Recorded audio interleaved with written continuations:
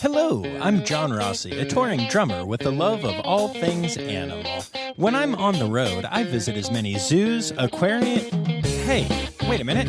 What's going on? Hey, what's going on there? Hello? Hello? Hello? We interrupt your regularly scheduled program to bring you Rossifari Zoo News. News you can use from the world of zoos and conservation. Every week, we bring you breaking news and analysis from around the globe, featuring the animals you love and the people who care for them. And here's your anchorman, John Rossi. Hi, hello, how are you? Welcome back to Rossifari Zoo News, coming to you on a Wednesday instead of a Friday, and that's because we are doing a special edition.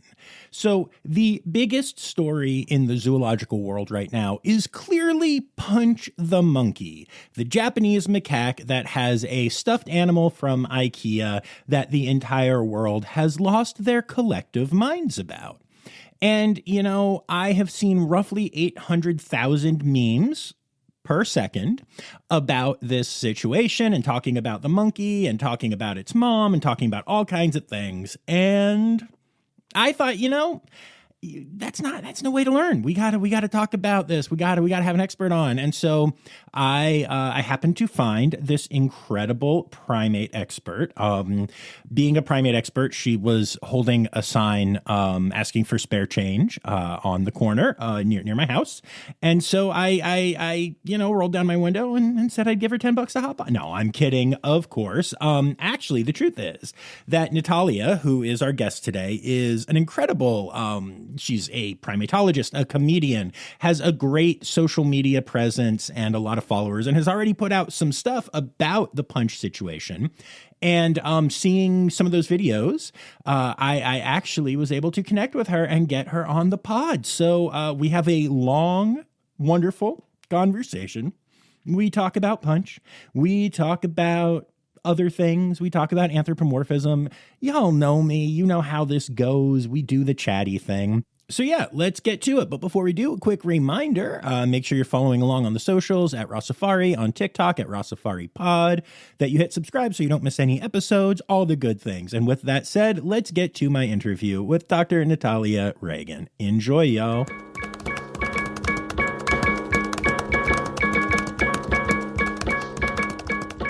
All right, so start off, introduce yourself. Hi, I'm Natalia Reagan. I'm a biological anthropologist, primatologist. I studied spider monkeys specifically. I also am a comedian, which means I'm mostly unemployed when you combine all those together. But I find that the best way to disseminate scientific knowledge is with a little bit of comedy because, well, and I've got an unfair advantage studying monkeys because, let's face it, they're hilarious. So that's what I do. I also write, done random jobs throughout life, worked at a rehab for adolescents, makeup at the malls, you name it, photography. I was a dancing chicken McNugget in a McDonald's commercial. Nice. That's exciting. Very cool. As a vegetarian, yeah. Oh, perfect. Yeah. I'm actually amazed that we haven't run into each other before because while I am by no means a professional comedian, I am an actor and drummer and performer, and I use comedy as much as possible to reach people. Like all of these Zoo News episodes, I have parody songs in them and all kinds of stuff. So there's a lot that I take the same approach. I try to use humor and fun to talk about these serious topics. What's your favorite parody song you've done so far? So it's to introduce a Zoo News section of the podcast, and it's a parody of Blue Suede Shoes, and It's just Zoo News, Zoo. But we go through the whole thing. It's 1 for the pandas, 2 for the bears, 3 for the monkeys, and you should care, so don't you? I mean, we just do the whole thing. Yeah. Oh, I love that. Yeah. Oh, I love it. Yeah. No, yeah. I do a show called Survival of the Filthiest. I do a live stage show that I've taken on the road. I've taken it to Glastonbury, the music festival. I headlined their Science Futures section, but I do burlesque as well as Professor Evolution because I have no musical talent, but I can slightly dance, and I do praying mantis routines. I do a chimp routine, the evolution of women and marginalized genders. But with Survival of the Filthiest, yeah, it gives me an opportunity to talk about all the animal and animal reproduction I want without getting, shadow banned on the internet like you do. But I've been able to take it to Africa, to South America. It's gone on the road. But that's amazing. Oh, that's awesome.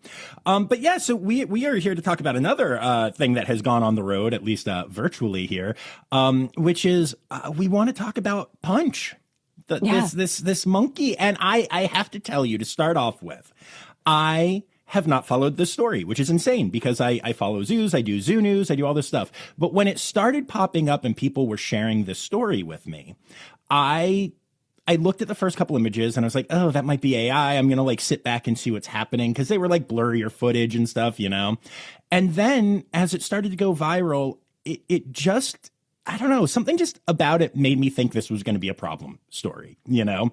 And so like last week when I did Zoo News, a bunch of people had sent it to me and I was like, I'm going to sit on it for a week and I'm going to see what happens. And it just seems like, I don't know, there's so much going on that instead of reading 800 memes and trying to figure out what's real and what isn't, I wanted to go to an expert. And you have popped up as somebody who has become a voice about this and the face of this in some ways. And you're a primatologist and such. So tell me and my audience what is happening here at the most basic level. Like pretend you're talking to someone who's never been online before. Absolutely. Hold on one second. I realize it's using the wrong microphone, so I'm going to try to switch. Okay. Yeah, go for it. I'm going to make sure. Oh my God, that sounds so much better. Thank you. God. Oh my gosh. Hello. You have a really nice voice. Hi. No, that's How okay. I know. Hi. Did I sound like I was in a tin machine? A little Hello, bit. I am a tin machine. Do you want me to introduce myself real quick again? I don't. I want to leave this in if that's okay with you because I think that was hilarious. You're like, I'm talking to a cyborg. I was already figuring out how to EQ you. And now I'm like, oh, yeah. You have a wonderful voice. Oh, God. Sorry, I do this for a living. You wouldn't know, would you? Would you? Well, hello. Hi. Yeah. So, no, I understand. And it's funny because I had two big shows last week. One was about human migration as part of the human experience and why the United States has caused our own immigration crisis. I'm using air quotes. So that was a very controversial, but I think important talk. And then I did one about bonobos last week, a huge talk about our closest genetic relatives and how amorous they are, but they're also female dominant. And ladies will gang up on unruly dudes that are mean to children and keep them in line. Yeah, as it should be. Yeah, I mean, so I'm a big fan of matriarchal societies. I'm just saying. Me too. I am a man. I'm straight. I'm cis. I'm white. I'm all of the things. But like, we've had our chance and we've blown stuff up. So, ladies, run with it. Other people, run with it, please, please. Yes, thank you. Well, I was doing these two big shows last week, so my head was up my butt doing that. Like, I was just in that world, and I got so many messages about Punch at first, and I was like, "Who the heck is this Punch?" And I looked it up, and I mean, of course, you can't fall in love. I mean, there's no way you can not fall in love with that beautiful little macaque face. And having worked with macaques, I worked at a sanctuary that had a macaque. Once they reach a certain age, they are one of the most terrifying creatures on earth. Now, I absolutely love macaques, but they can be very aggressive and brutal. And so when I saw that monkey, I was like, oh dear. And I saw that it was abandoned by its mother because we'll get to the story. I was like, oh no, I can see where this is going. So essentially in July 2025, a little monkey was born at the Ichikawa Zoo called Punchkun. And essentially the monkey was abandoned by its mother. And within a week, they knew that this was going to be the way it was. The mother was not going to be in its life. So what they did, the zookeepers stepped in, hand-reared the monkey, fed the monkey, took care of the monkey for several months, gave the monkey a plushie orangutan from IKEA. So, now IKEA has donated a lot of plushies, and it's Aura Mama, essentially, because macaque babies really are needy. For the first 6 weeks to a couple months, they're on their mother. They're breastfed from 7 months to a year. They're very dependent on their moms. And so basically this monkey was abandoned. And over time, the zoo knew that they had to introduce this monkey to the group at the Ichikawa Zoo. And so when they introduced the monkey to the zoo or the enclosure, macaques behaved like macaques will, and they got aggressive.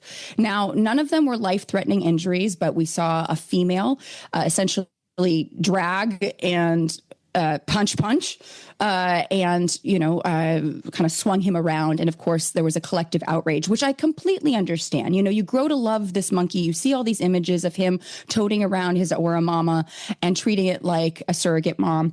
But then you see it being hurt, you want to go full on mama bear or mama monkey on this other female that was hurting Punch. But and the fact that there was so much collective outrage and there's been such a viral sensation around Punch that the Ichikawa Zoo actually issued a statement addressing the introduction of Punch and the challenges that he is facing, and they knew preemptively he would face, because anytime you try to introduce a primate, a very social animal, into, just like us, they're incredibly social like us. I'll get to that in a minute. But they basically, they knew that they were going to be met with challenges because there are already established hierarchies in this group of monkeys, right? And Punch doesn't know crap, right? Because a lot of what we learn of how to be a human, how to be a monkey, how to be anything, we learn from our mother. And Punch doesn't have that luxury. That or a mom doesn't talk back. Right. So that's what we're seeing here is we're seeing a very basic, a monkey was abandoned by its mom. And I will point this out that there have been studies that, one captive study of Japanese macaques, up to 7.7% of the infants were abandoned by their monkey moms. And this is for a myriad of reasons, but usually it has to do with being primiparous, being a first-time mom.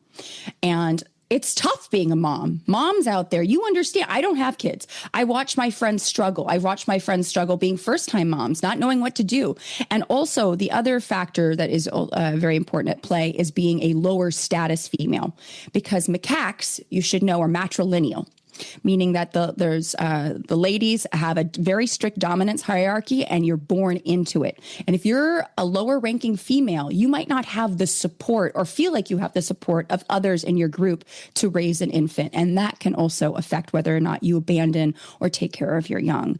So there are all these factors at play. So people were villainizing Punch's mom. And there's lots of funny videos of like women dressing up, being like, I'm on my way to become Punch's mom, or I'm going to punch mom's lights out, and it's like we're villainizing this mom without realizing that there are other factors. And let's be real. And then people will get mad that Punch is in a zoo, and we can talk about the enclosure in a little bit, but they're mad that Punch is at a zoo. But I'm like, if Punch was in the wild or not in a zoo, because term wild is a little fraught right now, but if I'm okay with the term wild, I have feelings about some of these words, but wild should be fine. I'm just going to say, in my opinion.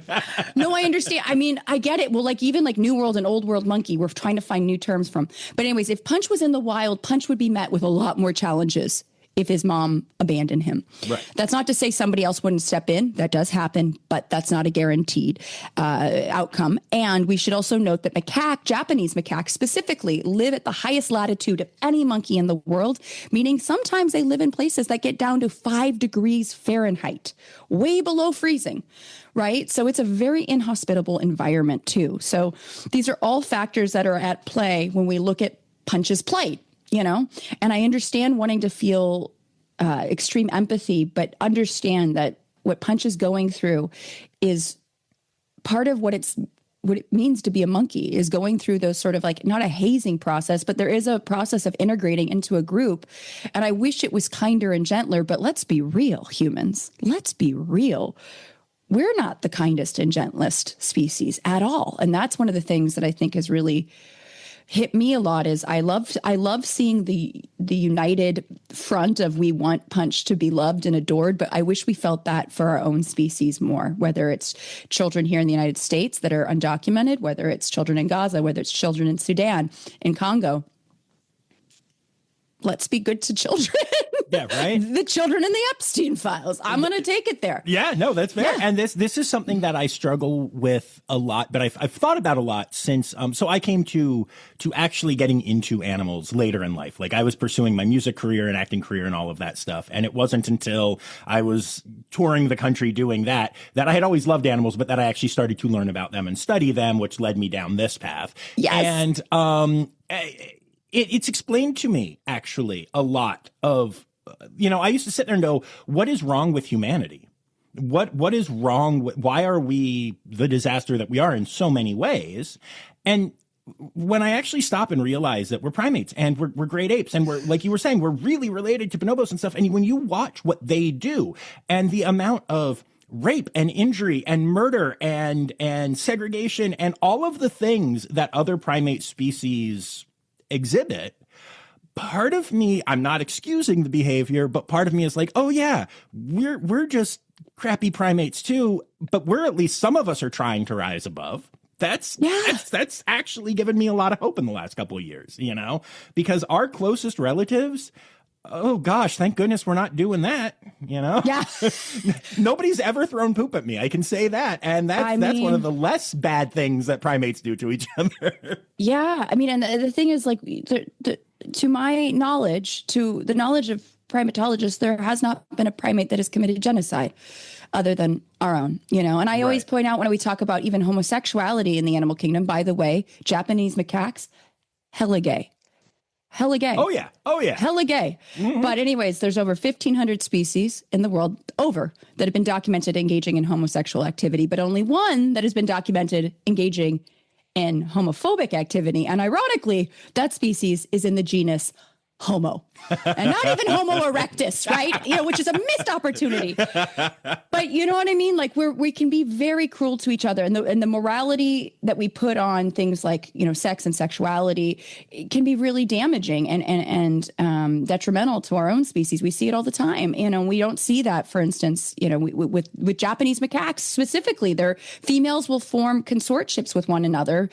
Two females will get together and prefer to have the company of one another and maybe mate with males occasionally.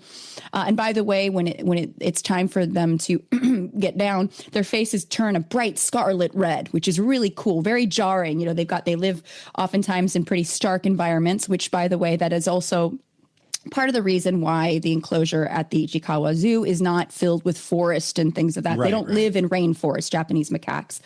It's not to say they couldn't have more enrichment. I'm not saying that. I'm just saying that that is part of the reason. But they have these very stark red faces or scarlet faces, and they'll,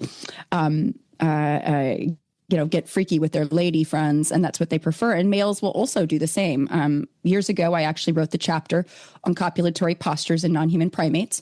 I don't even study that, which is kind of, it was the Encyclopedia of Primatology. And I'm like, why are you asking me to do this? But I also know why, because I talk a lot about this. But I had to describe different sexual positions, because copulatory posture is just basically monkey sex positions. And one of them was two Japanese macaque males basically giving each other fellatio. And I wanted to just call it suck macaque. And my advisor said, no, you cannot do that. But again, they don't. I know, it's terrible. It's awesome. I love that. That's great. No, that's fantastic. Well, I mean, they're very creative. And also Japanese macaque males have been known to mount sika deer, which are a type of deer that you'll find in Japan. Mm-hmm. Go ahead and Google it. I've actually made a video years ago in 2022 about Japanese macaques specifically. And I do address that, but they're really interesting species. And I think it's oversimplistic to critique Punch's situation without knowing the bigger picture, right? Just like our own species, there's so many different ways to be a human. There's so many different ways to be a monkey, and something to know about macaques, which their specific species is Japanese macaque. But there are 22 to 25 recognized macaque species and subspecies, and macaques are the second most widely distributed primate on Earth. Humans, we're the first. Yay? And part of I know. But you can find macaques on almost all continents, Australia and Antarctica. And on North America, you can find them on Puerto Rico because we brought them here, and in Florida. If you see them in Florida and out in the wild, do not touch. They can have herpes B. And herpes B is deadly to humans. Perfect. Yes. So, when there was a bunch of macaques that actually escaped from, there was like a car wreck, I think, in Louisiana, and like a bunch of macaques got out. I was like, oh God, macaque attack. This is going to be rough. But they are the second most widely distributed primate on Earth, partly because they're like humans. They're like little trash compactors. They can eat anything, and they will eat anything, including your face if given the option. But yeah, that's why you got to keep a distance. Anytime you see macaques, really, I highly recommend do not. I know it's tough when you see like maybe macaques in Indonesia, like maybe the temple monkeys. Keep a distance because they can be pretty brutal. I do have a skull here. It's a 3D printed skull of a macaque. Oh, and nice. I know that people listening can't see it. And I know I'm using, a virtual background, but John can see, they have very large canines. Yes. Extremely large canines. And that is for, basically protecting themselves and getting access to ladies. They have pretty big, long canines that you do not want to get between. If they're coming after your food, let them have it. Yeah. Let them have it. So nobody should steal Punch's stuffed friend, is what you're saying. No. Okay, noted. But back to Punch. I mean, I think what we're seeing, and I love to see nobody can agree on anything on the internet, right? Nobody can agree, but we all can agree that we will do anything in our power to protect Punch. However, I want them to understand that Punch's challenges, and I loved the zoo statement, because they basically ended it by saying, we'd rather have your support than pitying Punch. Don't pity him. He is strong. He is resilient. Even after that female, because by the way, they issued a statement about that female that was initially seen dragging him and throwing him, which was terrible to see. I get it. I have empathy. I'm not a cruel, heartless wench all the time. But I saw that. I felt terrible, but I also knew there had to be a story there. And the zoo said that was an older female. And they think that was the mother of another infant that Punch was trying to interact with. And she was being protective. And was that warranted? I mean, look, I can't get inside her brain, but these things happen. And, the zoo, I think, is keeping a very good eye on how the introduction is happening. I don't think they're going to do anything that's going to put him in lethal danger. Right.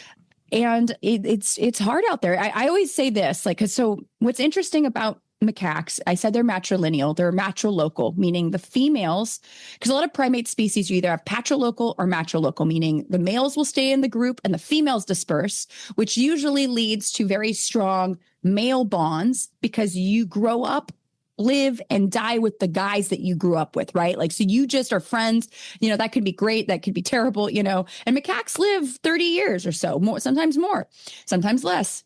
But in for instance, chimpanzees, they're patrilocal. The males stay in the group, the females disperse. So maybe the females don't have as strong of bonds. Macaques, they're matrilocal. So the females stay in the group. They have very strong dominance hierarchies within the females. The males, on the other hand, they have a dominance hierarchy, but instead of being born into it, they use aggression and coalitions to get dominance and achieve dominance and maintain dominance. And so maybe the bonds aren't nearly as strong as the females, but, at the same time, you see them work through it. But with Punch, again, he's a male, which puts him in a tricky spot. It would be interesting. I'm not saying we need to do a study to figure this out, but if Punch was a female, because Punch's mom is not in the picture. And I don't know, by the way, this is one thing I am unclear on, is where Punch's mom is in terms is she in the group? Does she know that this is her child? I don't know that. And that's my interest in this story, is kind of wanting to know. I want to know more about this, days of our lives situation, coming out. How is the mom involved in all this? I was going to say something else, and then a fleeting thought, it flew away. It'll come back. It'll come back. Yeah, you can get it back if you do. Let me know. But I will. So obviously, yeah, that all's fascinating, and I am a big fan of zoos in general, zoos and aquariums. But I want them to be accredited, because I think most zoos are actually terrible places. Terrible, but the good ones are really good and really important, and that's something we talk about on the podcast all the time. And I don't know this zoo, but from what I've seen and from the statements and everything, I've been impressed with the little bit that I've seen of how they've handled it and the PR side of it. But I think it's one of the tricky things about zoos in general. You will always have your anti-zoo crowd, and they're just, of course, they're not going anywhere. I deal with them all the time. It's no fun. There are the people who will just never, it's teams. It's just like politics. It's just like everything else. You're a team and whatever. But for the vast majority of people, I think it's so important to learn to understand, to not anthropomorphize too far, and to want all of these creatures to be treated like humans, right? Yeah. And so, I think it's great that you're explaining the differences here and explaining what Punch is going through. But at the same time, this also stands as proof to me that zoos and aquariums right now, the movement in general is away from anthropomorphism. That there are facilities that don't even want to use the word favorite food when talking about an animal because, an animal wouldn't use the term favorite. And I'm like, well, that's just because it doesn't speak English. If a red panda wants this grape over everything every other time, then that's its favorite food. That's how that works. Yeah. That's what that word means. Sometimes words are necessary to compartmentalize and just understand the world. Yeah, exactly. Right. And they help you relate to something. It's a lot easier to say to a child or an adult, oh, their favorite food is grapes. Do you like grapes? As opposed to they will choose to select out and eat all of the grapes first. And you're like, who are you talking to? We're not robots. Right. And I think this is such a great example of how anthropomorphism can help.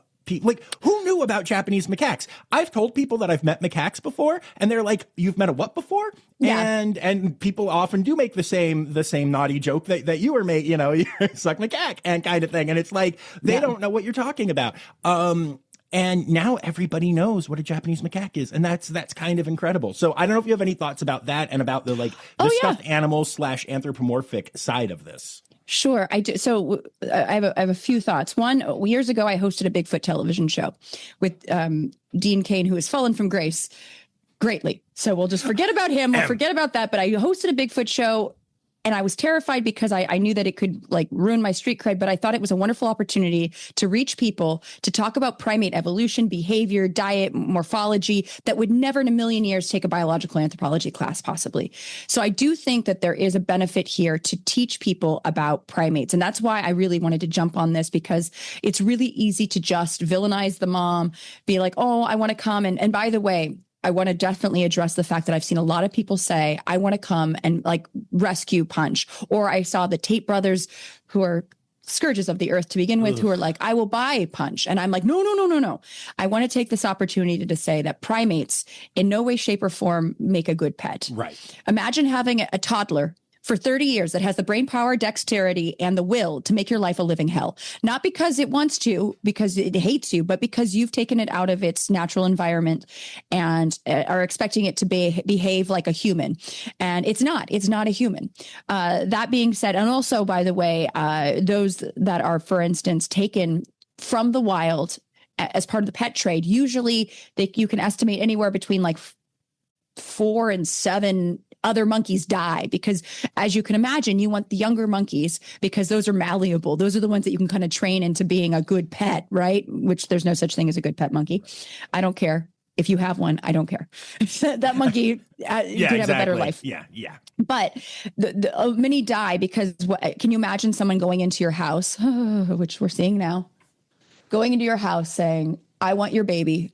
Everybody's going to stand up and fight. And that's what happens with these non-human primates. And so they get killed. And it's a terrible, terrible trade. So that being said, monkeys make terrible pets. Trust me, the life for the monkey is not any better. It's not enriched. Your life will not be enriched. A lot of monkeys get dumped. When I was studying spider monkeys, one of the accidental or, sort of jobs that came with the job was a spider monkey, a former pet spider monkey, got dumped on a resort. And so they called me and my field partner to try to get her to a sanctuary. And we had, eventually we were able to get her at a place called Summit Gardens outside of Panama City.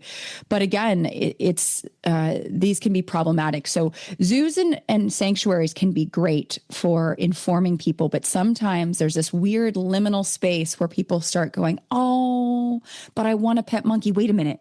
Can I get one? Oh my God. And then all of a sudden they go down a rabbit hole and holy, if you have too much money, that's too much money, by the way, if you can afford a pet monkey. Yeah. And it's bad. It's like buying a bunny at Easter. Don't do it. I had a pet rabbit for 10 fucking years. Excuse my French. I loved her so much. She was an amazing rabbit. They are a lot of work. My boyfriend bought her for me at the time, and he wrote a screenplay called Whacking Trixie because he couldn't stand this rabbit because they don't act like cats or dogs, right? And she was amazing, but they're rabbits. They're different. They're a different species. Anyways, back to what anthropomorphizing, the benefits of it. I think, in some way, anthropomorphizing is interesting because a lot of the things that we say oh my God, they're just like us. They carry around a stuffed animal. They do this. They swing from the trees, or they play, or they do.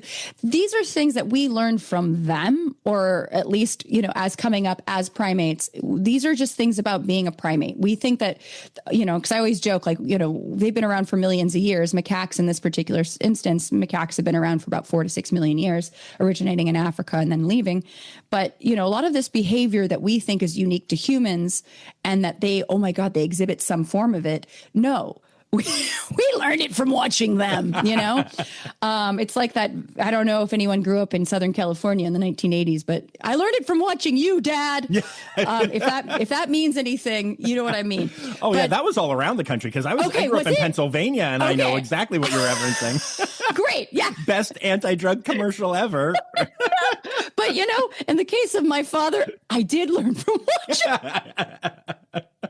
I joke that when I became the top DARE graduate, and he came to that graduation, and I joked that there was like a tear falling from his eye, and I thought, oh, he's proud of me. And then I realized, no, he realized he has a narc living in the house. No, my dad wasn't. He just, he was fun. He was a hippie, right? That's what you did. But point being, I think anthropomorphizing is not all bad. And also reframing this idea of, even human animal interaction. Obviously we don't want to encourage people getting too close to animals in the wild, because things like zoonotic diseases exist. But there are cultures throughout the world that have existed alongside non-human primates or other animals that, or that even hunted them in a very sustainable way. You see that in, Amazonian South America, where, cultures will maybe kill the mom, eat the mom, but keep the baby as a pet. It's like, whoa, that's crazy. But also that it worked for them, and they do it sustainably, so they don't overhunt and things of that sort. But so, yeah, there is different ways, I think, of looking at this sort of, using terms, or, I wanted to compare, for instance, Punch dragging his doll to Linus with his blanket. It's very, very similar. Or, even Punch being compared to Caesar of Planet of the Apes. It's like Punch now, Punch in 30 years. You know what I mean? Yeah. And yes, Punch might become a very vengeful primate, or he might just be like, well, this is just them, the breaks. We're getting in, we're going to join the group, and we're going to be fine. So there's a lot of ways that this can go down. And it's, as a comedian, I also know and understand that it's funny, right? Even Jon Stewart did a great bang up job talking about Punch and Big. I guess and I understand this because I think this too, but he basically all weekend apparently was telling his wife, something must be wrong with that monkey. Punch must be something he might smell, or you know what I mean? Trying to blame Punch. He was Punch blaming. He was victim blaming here. But also I saw another woman, a primatologist who I absolutely adore, Jill Preetz, studies chimpanzees. I highly recommend if you ever get to talk to Jill. So, oh wow, just so many great stories, and a wonderful researcher, scientist. Highly look up to her.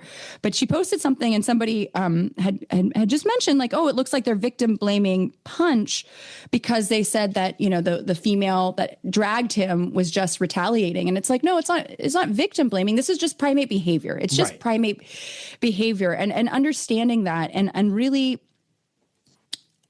being open to nuance. I think that's a problem on the internet now, as you're a person on the internet. I'm a person on the internet. Yes. I get called all sorts of names or, things, and, they say never read the comments, but, that's when you really learn there's not a lot of room for nuance. And this is an example where you got to have it, Behavior is not cut and dry. And I actually talked about this in the Bonobo talk I said I did last week.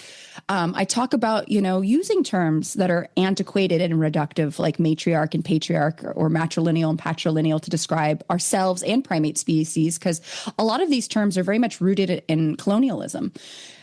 And that's a problem. And unpacking that, even though it helps us sort of lump things in boxes, it also is this monkey didn't ask to be called a matrilineal monkey, it doesn't, or maybe it's not a matriarch, or maybe it's not female dominant, or, there are ways that we try to describe the world that might not necessarily fit neatly in that box, and being open to that. And that's one of the things that I think is tough to teach, and tough. It's like a critical thinking skill that I would love to see more of when we talk about science. That science, and another thing too, I'm kind of going off on I don't mean to be too tangential, but we don't really learn enough that science is more of a verb. It's more of a process. Right. That things will change, because we think, well, I learned in third grade that, this is that and that, black and white, and, there's everything's binary. And it's like, oh no, there's like shades of gray, and, things like sexuality are fluid and things of that sort, So I think that is something that can be better taught to help us understand situations like Punch. Yeah, no, I agree. I talk a lot about nuance and its death on the internet in particular. Like, this is not the first time this topic has come up. And and I think it's so interesting. One of the things that I learned from Wouter Stillard, who's an incredible trainer, is that behavior is a study of one. But then we do exactly what you said. We generalize, and it helps. It helps a lot. That way because you're not gonna have the time to meet every, binturong, every macaque, everything, and find out all of their needs. I know, right? But I know two different elephants that are antisocial. There's no other way to put it. They have been put in herd situations. They have been put in different things. They choose to go off and be alone. And are elephants social animals in general? They are. Yeah. Right. I know. I'm with you guys. But it's easy to say, and people say, well, elephants are social and this animal should be taken out of its home and blah, blah, blah. And I'm like, no. It's making this choice. They had opportunities to be with other elephants and chose not to. And just because you read online that elephants are social doesn't now mean that this animal is being mistreated. You don't know this, individual. Yeah. And that's what matters. And, so I'm always torn because there is, like you mentioned earlier, there's an uptick in the pet trade whenever an animal becomes popular and all that stuff. I know. But on the other hand, there's also an uptick in people who are going to research them and care about them and learn about them and donate money to the cause. And as far as I've seen, I've read a bunch of different studies kind of looking at both sides of making an animal popular and all of that. But I've never seen one that actually has been able to compare the difference. And right now I'm on a quest to make tree kangaroos as popular as I can. You're doing a great job. Because I'm not kidding. I watched your video and I literally went down a rabbit hole. Thank you. Thank you. You're the third person that has told me that this week. Yeah. And it really does make me super excited because tree kangaroos are very important to me and they're very cool. And I could riff for the next hour and take this completely away from Punch and just, I love that though. But then at the same time, there's a part of me that's like, I know over 5 million people from one video alone discovered tree kangaroos and were commenting and that's incredible. But will it, I know people are donating. I know I raised over $600 in donations raffling off a plush tree kangaroo because people suddenly care about this animal. That's incredible. For one little plush, that's incredible. But does it mean people will pull out of the wild? But also, will anyone care and help conserve them if they don't know they exist? Because there's that great quote that I always love. In the end, we will conserve only what we love. We will love only what we understand. And we will understand only what we are taught. And so I'm trying to teach about this. But now I also have to worry about, what's the percentage? It's such an interesting conversation. And I don't think there's an answer yet. No, I think that's a really great point because I know that because I've dealt with this when I talk about animals, or I worked at an animal sanctuary and I had to be very, I never posted a photo ever except for once with me next to a primate. And I can't even, because I worked with them. I had to go inside there. I have so many pictures of me smothered in monkeys because I was just feeding them, right? Yeah. Like I don't want them on my person generally. I mean, and I would be lying, and every primatologist would probably be lying to say that they didn't find them cute, but we also know the detriment it can do to have these pictures out there. And so I would not show these pictures. I mean, there was a macaque that I had to work with that that's the thing about Punch is I have to be honest, that macaque at this sanctuary, if she came out, I went running. I did not want, and we called it casual dominance because she would just sit on your head. And it would, and I didn't want it because I know macaques can be, and she was lovely, but at the same time, I don't want to be the exception. I don't want to be the example of like, she was great until that one time she ripped that woman's face off. But, or bit, as like I showed the canines. But Yeah, I do think that, and I've made, well, actually, funny enough, in 2012, do you remember the IKEA monkey? Do you remember Darwin? Okay. Yeah. So I love that IKEA is roped into this monkey. I almost brought that up in my video because I was like, this is crazy that IKEA is IKEA? Wait a minute. Is IKEA behind this? Wait a minute. Viral marketing. I know. It's like, we got to get a monkey in a shearling coat. It's got to be cute. It's got to be darling. And funny enough, Darwin was a Japanese macaque. Interesting. The same species of monkey as Punch. Darwin, this adorable macaque, 2012 was in an IKEA, I believe in Canada, because I made a video. Funny enough, it's I don't even know how many views it has. It's one of my like higher viewed videos on YouTube. And it was called Just Say No to Pet Monkeys. And it was during 2012 when Justin Bieber had a pet monkey. The monkey's funny. His name was Darwin, the Darwin monkey in IKEA. And then there was something else that was going on that I was like, you guys don't get a pet monkey. And I had my little brother, who's like my pet, my little brother played the monkey. Cause I joked that it was like having a giant toddler that was super strong that could hurt you living in your house for 30 years.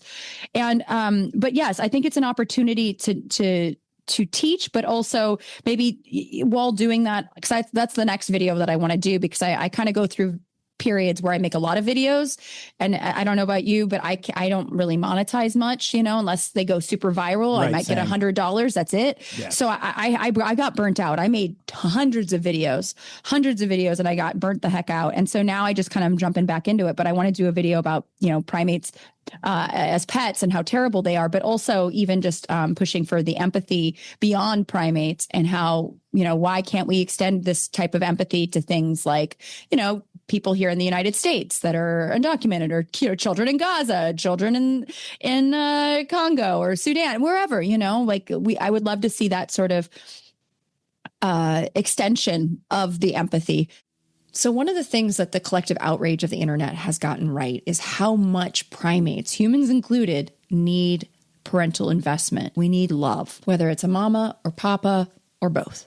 And there was a study, I didn't include it in the video that I made online because it's pretty sad and pretty dark, but I do want to talk about it. It was a study done by a psychologist named Harry F. Harlow, and he was looking at childhood development. And what he was doing was he was taking rhesus macaques, which are closely related to Japanese macaques, and they're the most widely used primate in medical research. And he basically was taking infants away from their mothers to see what would happen. I call it a no shit study because it didn't go well. And essentially he gave them two options of a mom. He took them away from their actual mom and gave them either a wire wooden mother that had no softness to it, or a terry cloth foam rubber mother. And in one version of the study, the wire mom had food. And in one version of it, the terry cloth mom had food. In both versions of it, the monkey always went to the terry cloth mom to cling to it. It might grab the food from the wire mom and drank some milk, but then ended up going to the terry cloth mom to get that comfort, the softness, the reassurance that it needed. Kind of like Punch goes to his aura mama. Fortunately for Punch, he has zookeepers that hand reared him, that showed him love and affection, where these poor macaques in Harry Harlow's study did not have that luxury. And it's a terrible study, but I will say that it did lead to the 1966 Laboratory Animal Welfare Act, which was signed by President Lyndon B. Johnson. And it was this basically the first federal law in the U.S. to regulate just the humane care of animals. It's still not great, although less and less and less animals are being used in any sort of scientific research, which makes me very, very happy. Because I will say this, the macaques that went through the Harry Harlow study suffered for the entirety of their life, whether it was rocking back and forth, whether it was self-mutilation or refusing to eat. These macaques were never the same. Some of them they tried to introduce to a group. Some of them they tried to introduce into a group and it didn't work. Essentially, they wouldn't eat, they couldn't socialize, they did not know how to behave, because monkey moms teach monkeys how to be a monkey. And if you don't have anyone doing that, they don't know how to behave. Kind of like we joke about, like, a human being raised by wolves. They don't know how to behave like a human. Same idea. If a monkey isn't raised by a monkey mama, they don't know how to really act. And so Punch is learning how to be a monkey kind of late in the game, 6 months in, you know? So he's learning. His little brain is plastic. He'll be able to adapt. And he is. And that's one of the things I want to point out is the affiliative behavior that we're seeing with the grooming. It's a great sign. This is the way monkeys build bonds. Instead of brushing each other's hair or scratching each other's back, they eat parasites out of each other's fur like you do, you know? And that is how they're going to build bonds. And that's how Punch is going to eventually integrate. But it's not going to be this streamlined linear process. There's going to be setbacks. You know, he's going to have a hug and a groom, but then maybe he'll get into a squabble. This is okay and this is normal. And that's what I want the internet to understand, is that Punch's plight is not going to be the smooth transition. It's going to take time, and you have to have patience. You have to have patience. This is a marathon, not a sprint. But I do think that whether it's kind of like when celebrities get in on something, right? Like sometimes we roll our eyes like, okay, Brad Pitt talking about climate change. What does he know? But it's like, who cares? Who cares what gets people interested and invested? Right. Who cares what gets people Googling tree kangaroo and going down this rabbit hole, as long as they don't get one as a pet? Don't do that. You know? There's a post that keeps going, like different places keep reposting it and it's going viral. And it's about the Wonder Woolly tree kangaroo, which was rediscovered in 2018. And they're treating it like it's now. Like this tree kangaroo species was just discovered. And for whatever reason, any like third party crappy reposting site that posts it will get like 1 million views, right? So I hate that on a deep level, because I hate the semi misinformation aspect of it, you know, the fact that it's new. And I hate that these places are monetizing this incredible species for their, and all that stuff. I hate it. But at the same time, I love that every one of those posts is teaching people that tree kangaroos exist and that they're endangered. And like, I was talking to my wife about this the other day, and she's like, I was like, oh, this thing frustrates me. I keep seeing it. And she's like, that's how many people that are learning about tree kangaroos. I'm like, yeah, but also you're right. But also I hate it. But also you're right. I don't. It's tough and you also want them to get the right information too. Right, I mean, I know the year's wrong, but as long, like for me with Punch, I know that doing a podcast like this, like, thank you so much for having me on to talk about this, because it does bother me, to see so many people villainize the mom and be like, I want to come and beat that mom's ass. And I'm like, Jesus, like, and by the way, I do want to point out, because I think this is highly interesting, is that in the 1800s in Europe, about 20 to 30% of mothers, they estimate, abandoned their babies. Wow. Because they did not have, and this is one particular study. So I will preface it. It's not like this, but because I was curious, when women don't have access to birth control, to safe and, easy access abortion where it's safe, and they don't have the means to care for a child, this is what happens, there was no option, and they wanted to make sure that their child, they would abandon it at a firehouse, or, this is the 1800s. So I don't know where they abandoned it, the church, things of that sort. So, I mean, this is not something that's new to primates or our own species. And this is why we need to extend the same amount of love and empathy to kids that are alive than the kids that are just fetuses. That's my little political. No, that makes sense. I'm a little confused, though, because you keep saying all of this stuff and having all these opinions about what's going on in the world, but you came on my podcast wearing a MAGA hat. Can you explain that to me? I kid. I know, seriously. I do have wait, hold on. Where's my orangutan? There we go. Oh, that's nice. Very nice. See, and here's my coffee mug with the tree kangaroo and the binturong and a sea turtle and a red panda. So people who are not seeing, I'm holding an orangutan mug, and John's got all the cool things on. That's so cool. Yeah, my wife painted these for me. It was a gift a couple years ago, and it's so good. Oh, you got herself a wonderful, oh my God. Oh yeah, she's a veterinarian and also an artist. I win, yeah. You married a vet? Yep, sorry. I'm a touring drummer who makes this podcast, and she's a veterinarian who goes around with me doing this stuff. And you guys are the coolest We have couple. the fun life. Come to LA. Come hang out. Oh, I love LA. I haven't been out there for a little bit, but next time I'm there or in San Diego. We go to San Diego a lot. We'll stay in touch. Yeah. And the same offer goes to you. I mean, you're super fun on here, and like anytime you want to collab on a video or hop back on if there's another primate story, just let me know. Like my favorite thing to do with Zoo News. So my normal Zoo News episodes, because I know we just found each other. Yeah. You probably haven't listened yet. It's me talking about what's going on in zoos and conservation for like 40 minutes, and I make jokes and I have fun, but it's just me. Anytime I can get someone to jump on and share a story and talk about this, not only is it more interesting to my listeners, but frankly, this is hours less work that I have to put in this week. Because it's normally me reading like 30 stories and learning about them and then regurgitating them and trying to find the humor in them, and it's great. But like this whole episode's going to take me like an hour and a half this week as opposed to 5 hours this week. So anytime.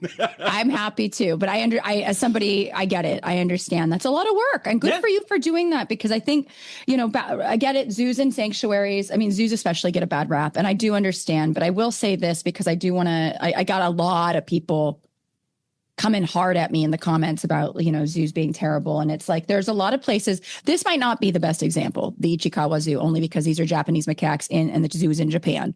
But there's a lot of places and a lot of macaques are not, there's only 2 that are critically endangered. For the most part, they're not, some are threatened, but not a lot. Like I said, they're like trash compactors. They can survive anywhere. Right. They do well.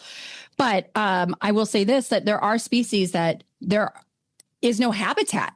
There's no habitat for them to live in. And this is what I want to say to the people that are anti-zoo. And I fully understand, especially because a lot of zoos are not up to snuff in terms of taking care and offering enrichment and having an enclosure or the food resources that these animals need, or even temperature control, because let's face it, things are really, I won't even say they're warming. It's just the temperatures are so extreme now because climate change works that way. Yeah. That some of these places, some of these species wouldn't, and these animals wouldn't have anywhere to go. So this is the place where they can go. And this is a place where where kids and adults can learn about them. I will say that there's, some zoos are better about having better, explanations or even having videos, things like that, because I don't know about you, but I sometimes I'll go to a zoo and I'll hear parents just making up facts. Oh yeah. Oh, my goodness. The things I have seen at zoos, even like you said with parents, they could be the best accredited zoos in the world with the best signage, and the parents don't read them and just start saying stuff. Yep. Yeah. Nope. I always say my favorite monkey. thing, I like going to zoos alone with noise canceling headphones. When I'm there with my wife or a friend and I have to hear everything going on around me, I am slowly pulling my hair out. If I ever lose my hair, it will be because of zoo guests. I'm just saying. I hear you. And I'm that asshole sometimes when I'm at the zoo where if I hear a parent saying something wrong, I'll be like, actually? Me too. There was a time I was at Adventure Aquarium and they were doing this amazing thing. They were part of a loggerhead sea turtle Head Start program. So they would have these little baby loggerheads. I mean, I would see these you want to talk about inspiring conservation. Yeah. But it would be by itself in this little habitat because it's a loggerhead sea turtle and that's how that works. And this one woman just so loudly, she just had the loudest voice, and that's coming from me, and I am loud. And she's like, "It's so sad that it's alone." And instead of actuallying her, which I do a lot, I looked at my wife and I just went, "Hey, Zoe, look at this. A loggerhead sea turtle, one of those amazing solitary species out there." And the woman turned and looked at me and was like, just glared. And I was like, okay, that was not subtle or effective. But she probably will never forget. Right. Oh, yeah. That's the thing is, can you believe he called it solitary? And I could just see her husband going, actually, Francine, it says here it's solid. Well, he was rude. I didn't like him. He was rude, and that's okay. But I'm okay with that. I knew a kid. Yeah. This kid that my brother grew up with, I remember he posted on Facebook that if anybody, he was at the zoo and he said something wrong and he was joking about saying something wrong. And I'm like, what's wrong with correcting your kid? Telling them the right thing. And he goes, if you ever came and corrected my kid by saying it's an ape, not a monkey, I would, whatever. He said some silly insult. And I'm like, if your kid called a truck a car, you'd correct him. I don't understand what the big deal is. It's just, it's wild to me how parents have these blinders of like wanting almost like keep their kids in the dark about stuff. And I was like, it's okay if your kid is smart. It's like, what's his name? Oh my God. I can't believe I just blanked out on his name because I know him. John Hanson. No, that's the guy from Talk Soup. Oh my God. Hanson. Oh, where your name just went away. It's okay to be smart. It's okay to be smart enough to remember your friends' names. But it's also okay if you don't. I see him and he's the nicest. It's okay to be. Why am I forgetting? I love that I forgot. Names are hard. Names are hard. God. Joe Hansen. I'm so sorry, Joe. I messed up. So Joe Hansen has a show called It's Okay to Be Smart. And I think that's something that I think is important to remember, that it's okay to teach your kids. It's okay. And that's why sometimes, as maybe you would run into this in science communication, that some people really don't want to know the truth. They get mad if you teach them. They get mad. They kind of go, I don't want to know. It's like I know, and I feel like it's an American thing more than other countries, to be honest. Because for instance, I go on a lot of cruise ships, and actually I will say the Americans on the cruise ships were not like this, but I've dealt with this a lot in my own country. But I teach to different people from all over the world when I lecture, and they're so inquisitive and they're so open to learning. And I only run into it, I feel like, really here is this sort of pushback of kind of like, I know, and I know it all sort of vibe. And I don't understand it, because I feel like the more I learn, the more I realize, the more I know, the more I learn, the more I realize I know nothing. And I have so much to learn, and it's wonderful. It piques curiosity. And I feel like we could use more of that. Especially these days, Oh yeah. No, I know. I mean, and I love learning. I love finding out that I'm wrong about something. I don't know what it is about me. One of the greatest things was starting this podcast. I knew nothing. Cause I literally, my goal was, I was a touring musician. Yeah, are you in a band? I tour with a bunch of different shows and a couple bands. Nothing famous, awesome. but enough to make a great living and have fun with it, And I'd be on the road, and I would go to these zoos, and I would learn from people. But when I started this podcast, I didn't know what accreditation was.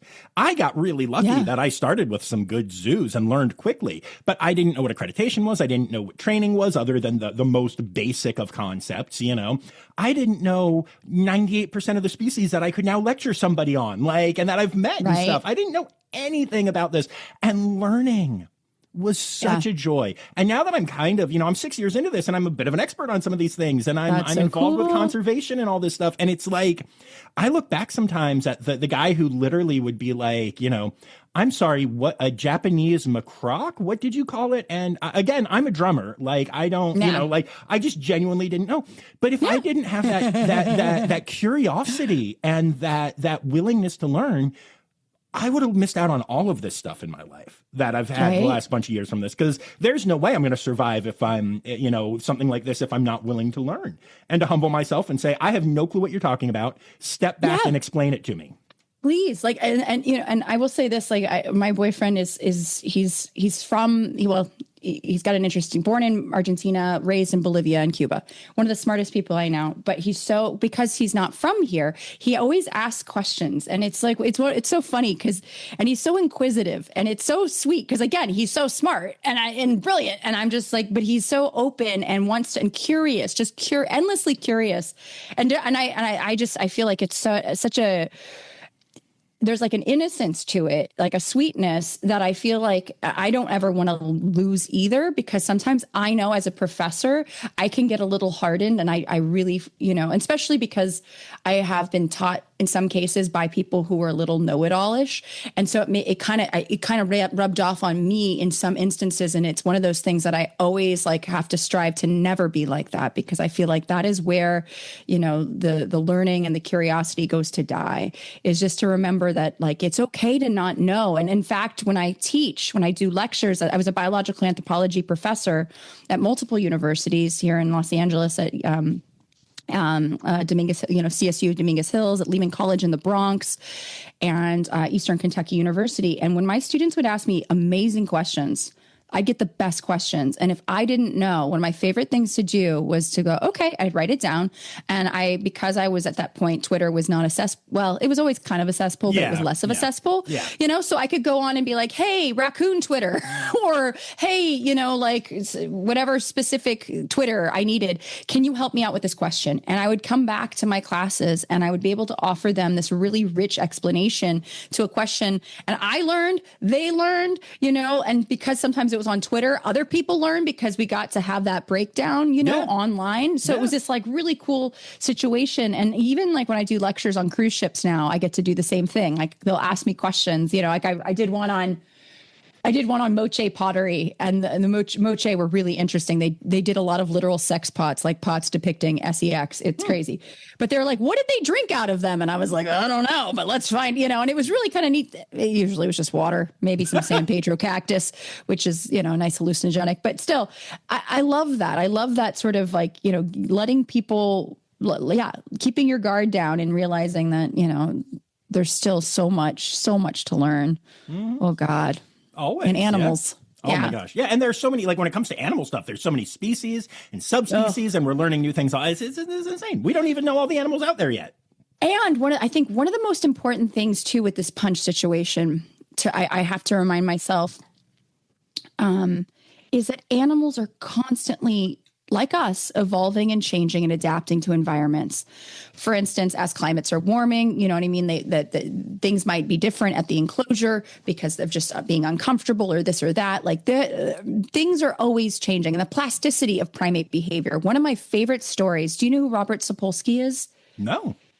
I think you'll absolutely love this book. I highly recommend it. There's a book called A Primate's Memoir, and Jane Goodall is one of my heroes, absolutely. But I hate to say it, I think this book even pushed me more into becoming a primatologist. Wow. And it was written by Robert Sapolsky, who's a neuroscientist out of Stanford.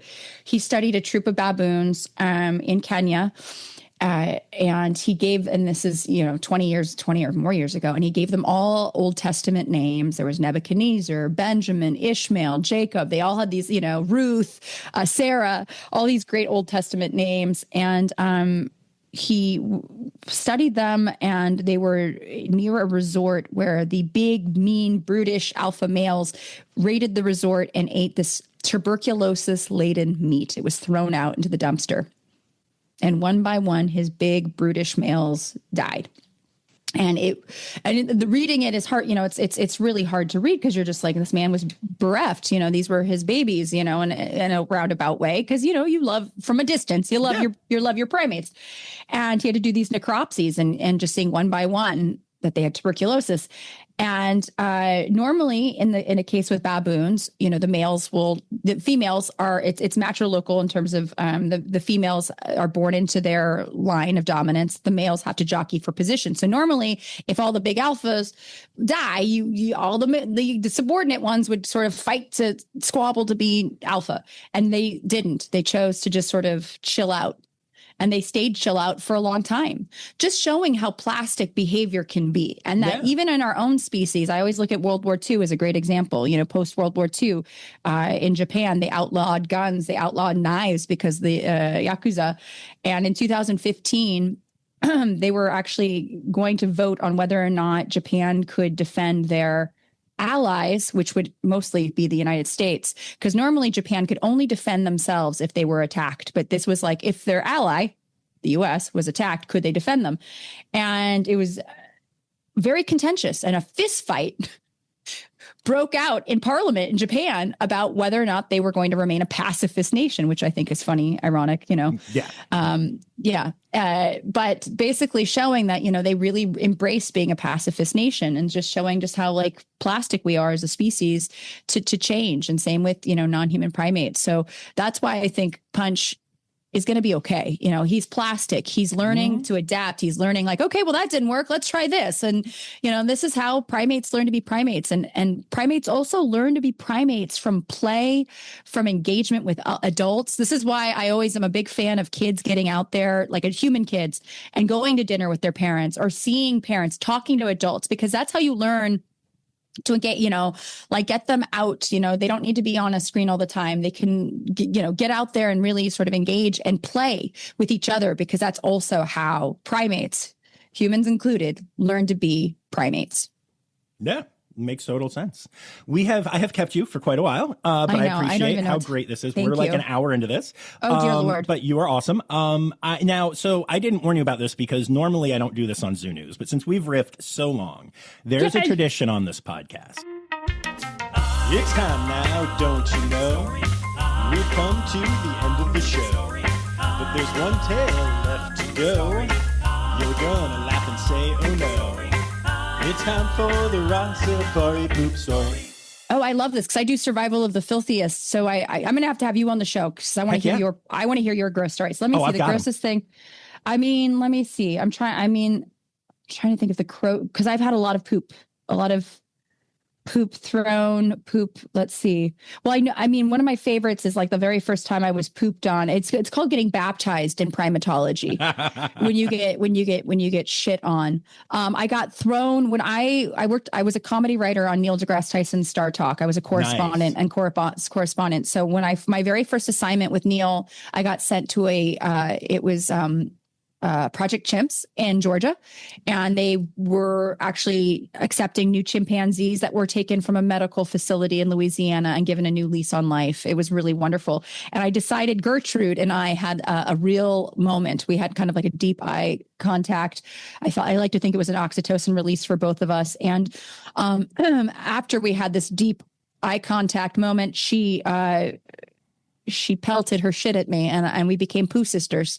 And I ended up, sponsored, you could like sponsor a chimp. I sponsored Gertrude or Gerpood. I don't even know. I feel like, that should be her name, Gerpood. But she was fantastic. So I loved, not just getting shit on in the field, but also having it pelted at me by the beautiful, mature lady that she was.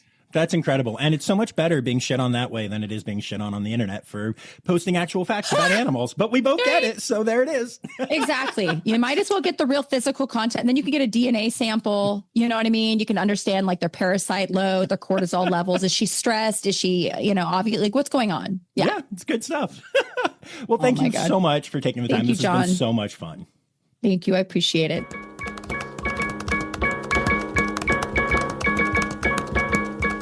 So there you have it, folks. A lot of thoughts and a lot of discussion about Punch and other important things. And I just love that so much. I am unsurprised that, she is not only a professional science communicator, but also a comedian, because that was just so much fun. So, thank you so much, Natalia, for hopping on. I also want to take a moment to say thank you to everyone who sent in stories this week. Don't worry, I will use many of them next week, and I'll say your name at the end no matter what.